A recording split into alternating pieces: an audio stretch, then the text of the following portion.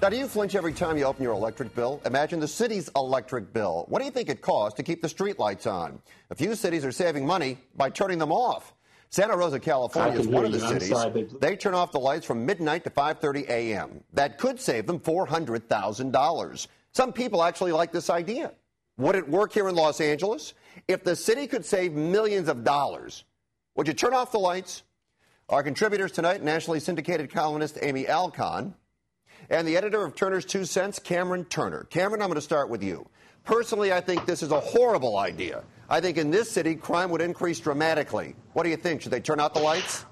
I agree. I think that for small towns like Santa Rosa, which has implemented this or is trying to, it makes more sense. Big city like L.A. with the kind of crime problem and the kind of traffic problem doesn't make any sense at all. Bad idea. Amy? This is completely stupid. You're absolutely right, Fred. And actually, I'll tell you something. LA just started replacing our lights with LEDs, which is really smart. And the stupid thing about Santa Rosa, this is Santa Rosa, California, not Santa Rosa, the North Pole. I mean, these people should convert their lights to solar power. It would just make so much sense. They'd save a lot of money that way, and fewer people would die in the dark. You know, the thing I don't get, and I live in a neighborhood where people say, we want it dark. We don't want a lot of lights. I just don't understand that thinking. I've never understood why at night you wouldn't want lights. But believe it or not, and I live in a neighborhood. I live next door to a guy who told me, I don't want any lights. I don't want basketball court lights. I don't want lights in front of your house. I want it dark. I don't get it. These people, they need to move to the Yukon because we live in an urban area here. And in the Yukon, no one will break into your back window because it's too cold and lonely. Here, somebody's going to rob you. I agree. All right. Beginning today, all inmates booked into jails throughout Los Angeles County will have their immigration status checked. Illegals committing violent crimes may be deported. In the meantime, some people do think it's a good idea to open prison doors and let some of the inmates out to cut the budget and help with overcrowding. Now, most of the people on this show think it's a very bad idea. Amy, how can anyone think letting bad guys out is good? They're total drooling idiots. I mean, that would be my only explanation. And it's so incredible because there's so many ways. Actually, the best way I've suggested before, to let prisoners run on hamster wheels to generate that electricity for Santa Rosa, earn their keep for their room and board, and pay restitution, rather than just letting the rest of us pay the bill. Cameron, what do you think? Should they let the prisoners out, nonviolent offenders? I certainly don't consider myself a drooling idiot. I think the issue here is who is going to be released. No one wants people convicted of violent crimes out there on the streets. But we've got a lot of people in California institutions who may be there for nonviolent offenses. Some guy who's locked up because he got caught with an ounce of marijuana.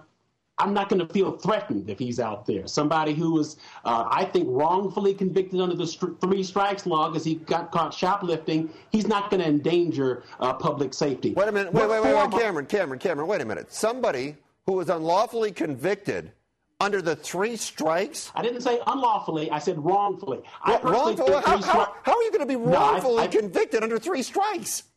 That's your third strike. I personally think that three strikes, legally, I'm saying wrongfully. I disagree with the three strikes law. I think it was poorly drafted. I think its passage was secured through the fomenting of hysteria among people. There are people who are in prison for 25 years or more for minor nonviolent offenses. Wait, Cameron,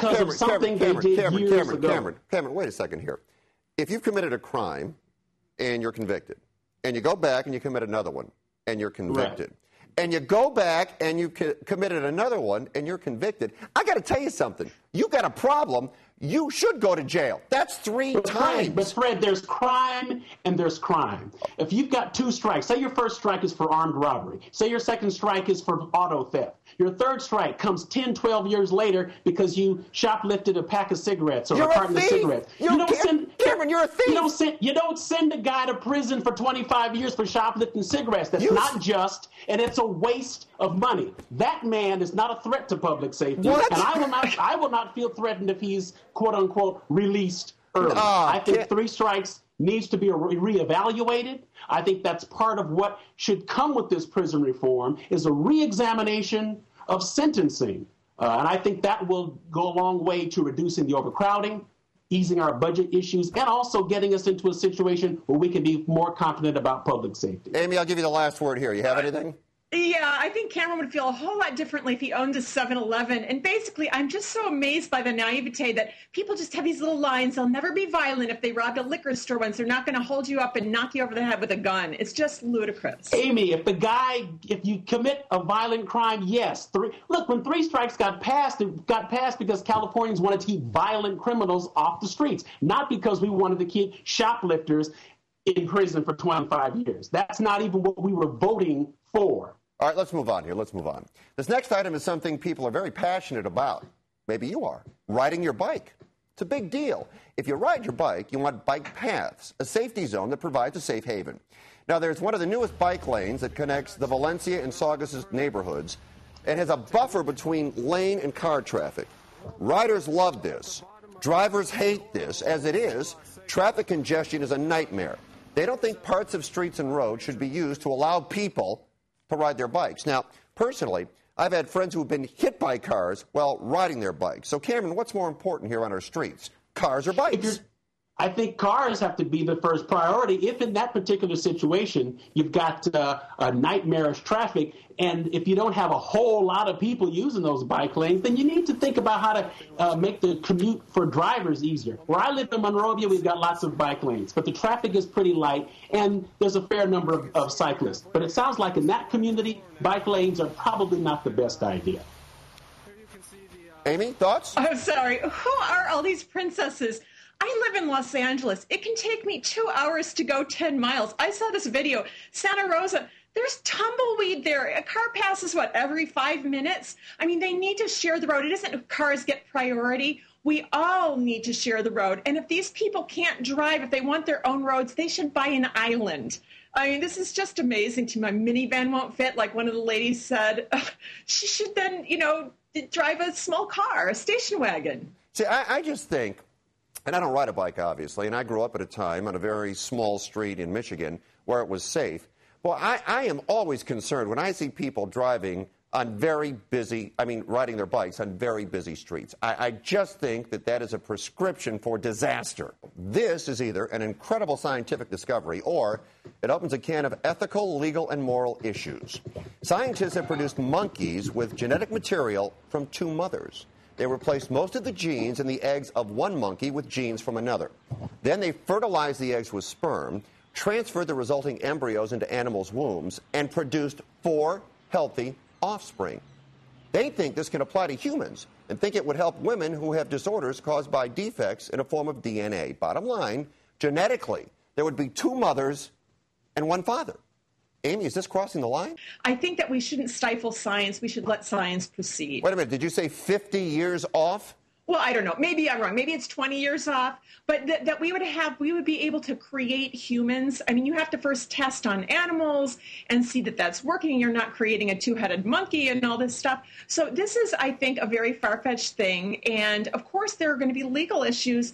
And also then, the last thing you need are 2 mothers yelling at you to pick up after your damn self. So there's all sorts of problems, Cameron, what do you think? That was a good one. I don't see any issue here. I mean, if this is a way for science to develop some treatments for genetic disorders and so on, then I think that the research should move ahead. I see no problem with 2 mothers. I don't see an ethical or any other kind of a issue with that. Fundamentally, it doesn't sound too different from... Cameron, genetically, you don't see a problem with 2 mothers and 1 father? What is the problem? Explain it, because I don't see it. Don't you think that can create all kinds of legal issues down the road? I'm waiting to hear what they are. It seems to me, as you describe this process, it sounds rather like the artificial insemination that's already being done. You're taking eggs and fertilizing them with male sperm, so the embryo and the fetus and ultimately the human being are being created through the same process, but you're saying that there's going to be shared genetic material from these 2 mothers. As I say, I don't see what the problem is. I have no ethical problem with it. If there's a legal problem, I'd like to hear that explained. It doesn't seem like much of a big deal to me. I do have to say that women have gone after sperm donors to pay child support. So lawyers get very creative with the law, and I think that actually there are a lot of problems that can ensue, but we're just so far off from this. Those things will have to be worked out. All right, Amy, Cameron. You can go after gays. All right, guys, nice job tonight. I appreciate it. We'll talk to you again next week.